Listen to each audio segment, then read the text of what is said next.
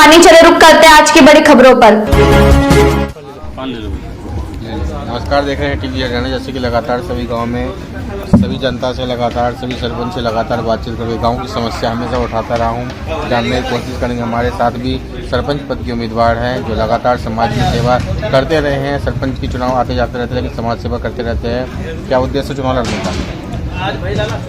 अस्सलामुअलैकुम, नमस्कार आप सभी के चैनल वालों को धन्यवाद। मेरा सर सबसे पहले जो उद्देश्य है अपना है कि भाई मैं अपने जो गाँव है उसमें शिक्षा का सबसे मेन महत्व है कि भाई हमारा जो सरकारी स्कूल है अभी तक मैं देख पा रहा हूँ कि भाई तकरीबन ये इसको 20-25 साल से ये 5वीं तक है, इसको मैं 12वीं तक लाने का काम करूँगा। और फिर जो ये नालियाँ और जो गलियाँ हैं, रोडें हैं, इनको पक्का कराने का काम हम करेंगे। स्वास्थ्य और शिक्षा जो समाज की मूलभूत सुविधा है, आपके गांव में स्वास्थ्य के लिए हॉस्पिटल और शिक्षा के लिए 12वीं तक के स्कूल है? अगर नहीं है तो क्या समस्या होती है? इससे समस्या ये है सर, जो शिक्षा का भी हमारे गांव में है नहीं। अभी दूसरे गांव में बच्चे जाती हैं, बहन बेटियां हैं हमारी जो दूसरे गांव में जाती हैं, पैदल है, उनका साधन नहीं है। सुरपुर जाते हैं, ये करनेरा के लिए जाते हैं, कुछ बंदे फतेहपुर के लिए जाते हैं। जिस बीच में जैसे कि नहर आती है, उनको जाने के लिए बड़ी परेशानी होती है। इसलिए हम गांव में कोशिश करेंगे कि मेरा मुख्यमंत्री जी से वादा है, दुष्यंत चौटाला जी से, कि भाई अगर हमारी सरकार अपनी आती है यहाँ पे गांव में तो इंशाल्लाह हमारा यही उद्देश्य है कि हम 12वीं तक स्कूल को सबसे पहले हमारा मतलब मुद्दा यही उठाया हमने, और इसकी हमने दरखास्त भी चंडीगढ़ पहुँचा रखी है कि हम 12वीं तक मतलब स्कूल को कराएंगे, सरकारी स्कूल। हॉस्पिटल के लिए क्या समस्या होती है? हॉस्पिटल के लिए तो बड़ी बहुत समस्या हो रही है सर। हमारा जो हॉस्पिटल है यहाँ से अब नज़दीकी बन गया है, एक अलफला, जबकि जच्चा बच्चा के लिए बड़ी परेशानी होती है और साधन नहीं है। मेन चीज़ है सर, क्योंकि हमारे पास क्या है, ट्रांसपोर्ट तो बड़ी परेशानी है। क्योंकि अपने अगर किसी के पास अपना साधन है तो ठीक है, वो शहर तक जा सकते हैं। हाँ, तो वो जा सकते हैं शहर तक। नहीं, मेन चीज़ तो ये कि हमारा जो बनने का उद्देश्य है कि भाई हम गाँव में जब बन जाएंगे तो एक छोटा जच्चा बच्चा हॉस्पिटल गांव में लाएंगे, और जिससे जो छोटी मोटी जो बीमारियां होती है वो भी यहाँ मतलब कवर हो जाए। गांव की जो समाज की जो मूलभूत सुविधाएं हैं, यहाँ पे नालियों की स्थिति मैं देख रहा हूँ पूरे गांव में चरमरा गई है। सड़कों पे पानी बहता रहता है, जोर वगैरह नहीं है। क्या समस्या होती है निकासी की? सर मेन चीज़ क्या है कि अभी तक हमारे गाँव का जो ये नालियों की जो परेशानी है, जो पानी का जो निकास नहीं हो पा रहा है, इसका मेन ये है कि जब अभी तक जो भी सरपंच बना है उसने लेवल कराकर काम नहीं करा, और कॉलोनी काटने का काम किया। सिर्फ उन्होंने मतलब कॉलोनियाँ काटी, अवैध कॉलोनियाँ काट रहे हैं। हमारा मेन ये है कि पहले हम गांव का पूरे का लेवल कराकर जो हमारे गांव की जो जोहड़ है उसको इस नालियों से कनेक्ट कर इस पानी को नहर में गिरवाने का काम हम करेंगे। और अपने जो कब्रिस्तानों के पास जो ज़मीन है वहाँ पर एक मतलब वाटर सप्लाई को वो लगाएंगे, जिससे कि वो पानी नहर में जाए और जिससे जो गाँव में जो मतलब गंदगी होती है बाहर जाएगा, वो बाहर जाएगी। गांव में देख रहा हूँ खंभों पे लाइटें नहीं है, डस्टबिन नहीं है, कूड़ा कचरा लोग सड़कों पे फेंके जा रहे हैं, जगह जगह बीमारियां फैल रही है। क्या समस्या होती है? कूड़ा कचरा और लाइट ना होने से क्या समस्या होती है?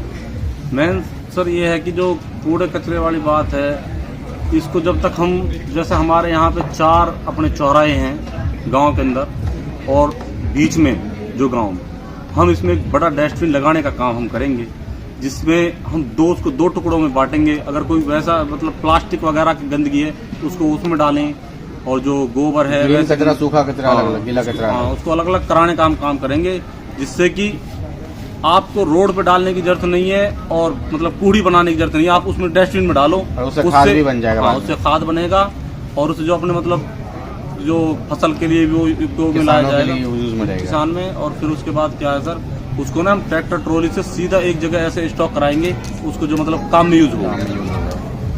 और यहाँ पे स्ट्रीट लाइट्स नहीं है तो रात को क्या समस्या होती है?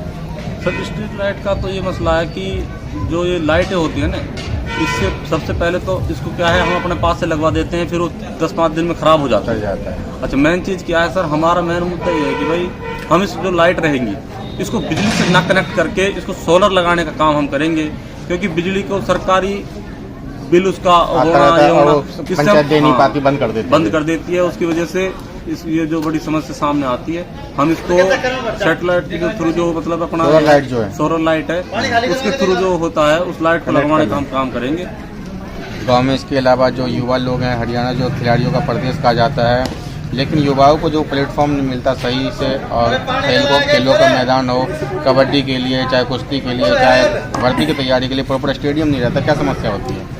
सर अभी जो खेलों के लिए जो हमारे युवा हैं, ये आजकल मतलब इनको कोई भी शौक नहीं रहा, क्योंकि हमारे गांव में ना तो कोई खेल स्टेडियम है। कुरेशीपुर गांव में हमारी बड़ी पंचायत है, ऐसा नहीं है, हमारा एक तरह से देखा जाए तो बहुत बड़ी पंचायत है, काफ़ी ज़मीनें भी हाँ। कुरेशीपुर और मादलपुर के लिए अलग अलग दोनों गाँवों के लिए हम स्टेडियम बनाने का काम करेंगे, जिससे मतलब जो युवा हैं उनके अंदर जज्बा आए कि भाई मतलब कोई आर्मी में जाए, नशे की तरफ ना जाए वो। जी, नशे को छोड़ के नशा मुक्त हो वो सर।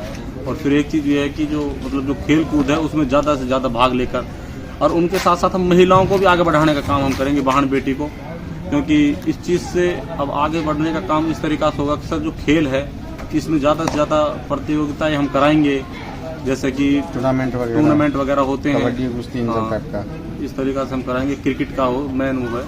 गांव में जैसे कि बहुत सारे गरीब लोग भी हैं जो महंगे बुक्स अफोर्ड नहीं कर पाते, जिनके लिए लाइब्रेरी होना चाहिए, वहाँ पे वाईफाई सीसीटीवी से लैस और ई लाइब्रेरी भी होनी चाहिए।